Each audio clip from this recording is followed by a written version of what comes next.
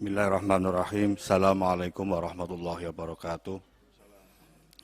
Alhamdulillah wa syukurillah ala nikmatillah la haula wa la quwata illa billah amma ba'd. Yang saya hormati Wakil Ketua DPR RI, yang saya hormati pimpinan Komisi 5, Pak Ketua dan para wakil. Yang saya hormati Bapak Ibu anggota komisi, yang kami hormati Bapak Menteri PUPR beserta seluruh jajarannya. Hadirin semua yang berbahagia, mohon izin, terima kasih atas waktunya. Ada beberapa hal yang ingin saya sampaikan di dalam forum yang sangat terhormat ini.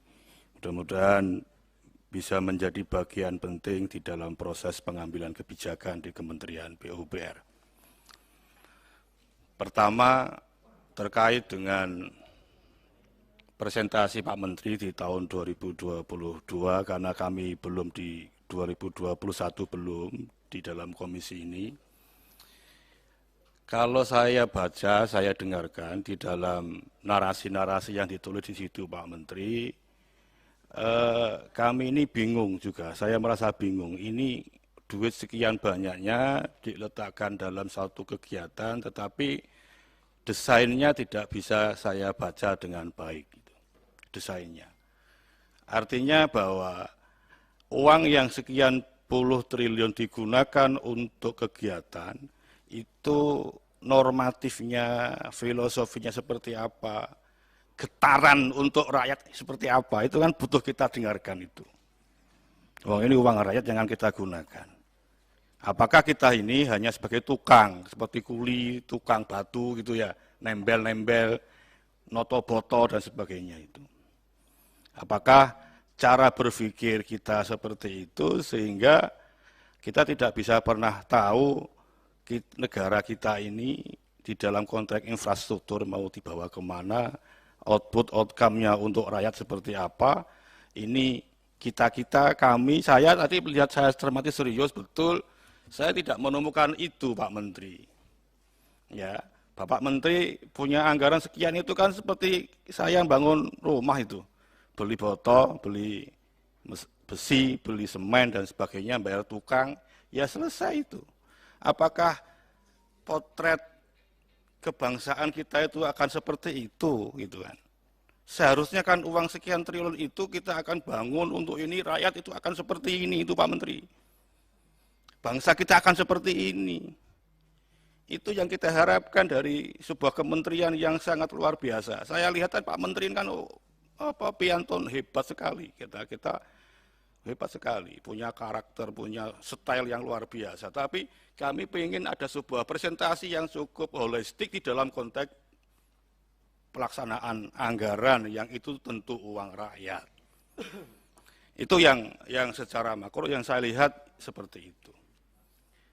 Yang kedua, Bapak Pimpinan yang saya hormati, 94% realisasi APBN atau anggaran PUPR di 2021 itu dengan perangkat infrastruktur yang dipunyai oleh Kementerian PUPR seharusnya bisa 100%. Seharusnya. Karena ini kementerian lama, sumber daya manusianya luar biasa. Tetapi kenapa tidak bisa mencapai 100%? Padahal rakyat sangat memerlukan. Uang itu digunakan Pak Pimpinan untuk kepentingan pembangunan. Saya itu menemukan di dapil saya Pak Menteri, tolong nanti ada diskresi, nggak tahu ini modelnya seperti apa. Ada beberapa titik di kabupaten dapil saya itu, rakyat itu tidak merasakan ada pembangunan, karena dia hidup di gunung itu ya, dengan kedalaman tinggi sekali, itu banyak sekali yang tidak bisa merasakan infrastruktur. Bayangkan anak SD mau sekolah dengan perjalanan berkilo-kilo itu. Lah ini gimana ini solusinya Pak Menteri ini? Apakah kemerdekaan negara kita yang sudah sekian puluh tahun itu masih rakyat mengatakan untuk apa aku merdeka? Untuk apa bangsaku merdeka? Kalau toh saya jalan aja bingung. Kalau toh saya mau berjalan kaki menuju sekolah bingung. Toh aku mau sholat ke masjid juga bingung. Itu kita temukan di dapil saya, di dapil Jatim 7. Itu ya. Apakah ini tidak bisa dipikirkan Pak Menteri?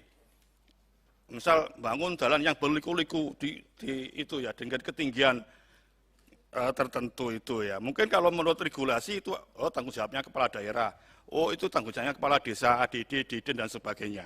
Tetapi kan kita itu masa akan membiarkan desa nggak bisa mampu, kabupaten nggak mampu, apakah pemerintah pusat tidak bisa membuat sebuah diskresi? Undang-undang kita masih kasih opsi adanya sebuah diskresi. Gitu. Ya ini yang kedua. Yang berikutnya Pak Menteri yang saya hormati. Kalau saya amati di banyak kementerian ini, seluruh pembangunan infrafisik itu sekarang itu ada di Kementerian PUPR. Kita banyak menyaksikan Pak Menteri di daerah-daerah itu. Ini sangat realistis yang dibutuhkan. SD rusak, madrasah rusak, dan sebagainya. Infrastruktur pendidikan lemah, dan sebagainya. Ini membutuhkan satu tangan dingin Bapak dalam rangka menyelesaikan problematika rakyat kita ini. Yang berikutnya, Pak Menteri, di dapil saya itu ada bendungan-bendungan itu. Airnya sekarang penuh. Dulu estimasinya, kalkulasinya bendungan ini mampu untuk berbuat pengairan sekian. Itu pertama, itu sekarang fungsionalnya seperti apa? Apakah ada buah kajian itu akan bisa meningkatkan, satu misal begini Pak Menteri, dengan adanya bendungan di Ponorogo dan Terenggala itu, perolehan per hektar padi atau tanaman padi, itu dari, misal, dari 7 ton per hektar menjadi 8-9 ton per hektar, itu misal. Nah ini, kalau kita lihat di Tanah Jawa ini kan, untuk bisa 1 hektar dapat 8 ton itu berat sekali itu. Nah, apakah dengan adanya bendungan ini cukup mampu untuk menjawab problematika itu? Gitu ya. Ini berpikir yang sangat realistis karena itu kepentingan rakyat betul. Itu kepentingan rakyat yang memang sangat dibutuhkan di dalam konteks kita membangun ini. Yang terakhir Pak Pimpinan, karena sudah cukup, saya punya membawa aspirasi, mau saya sampaikan ke Pak Menteri dari dapil saya ini. Titipan, boleh Pak Pimpinan? Baik, silakan. Ya, terima kasih. Ya, saya pikir tadi lebih cepat aspirasinya, Pak. Silakan, Pak. Oh iya, cepat Pak. Silakan. Nggak usah ngomong maksudnya.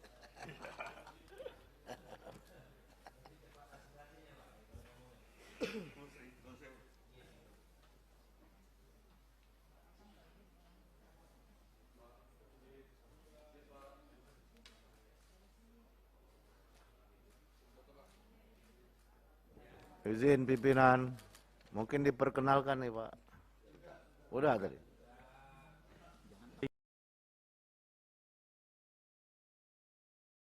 Pimpinan yang saya hormati beserta seluruh anggota Komisi 5, Bapak Menteri yang saya hormati beserta seluruh jajarannya, hadirin sekalian yang saya hormati.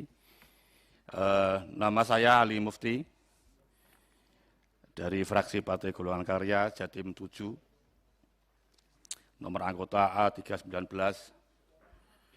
Terima kasih atas waktu yang diberikan oleh pimpinan kepada saya untuk kenalan. Mudah-mudahan kami bisa memperjuangkan aspirasi rakyat dari dapil 7 di dalam komisi ini. Terima kasih. Kurang lebihnya mohon maaf pimpinan. Wassalamualaikum warahmatullahi wabarakatuh. Waalaikumsalam. Terima kasih Pak Dr. H. Ali.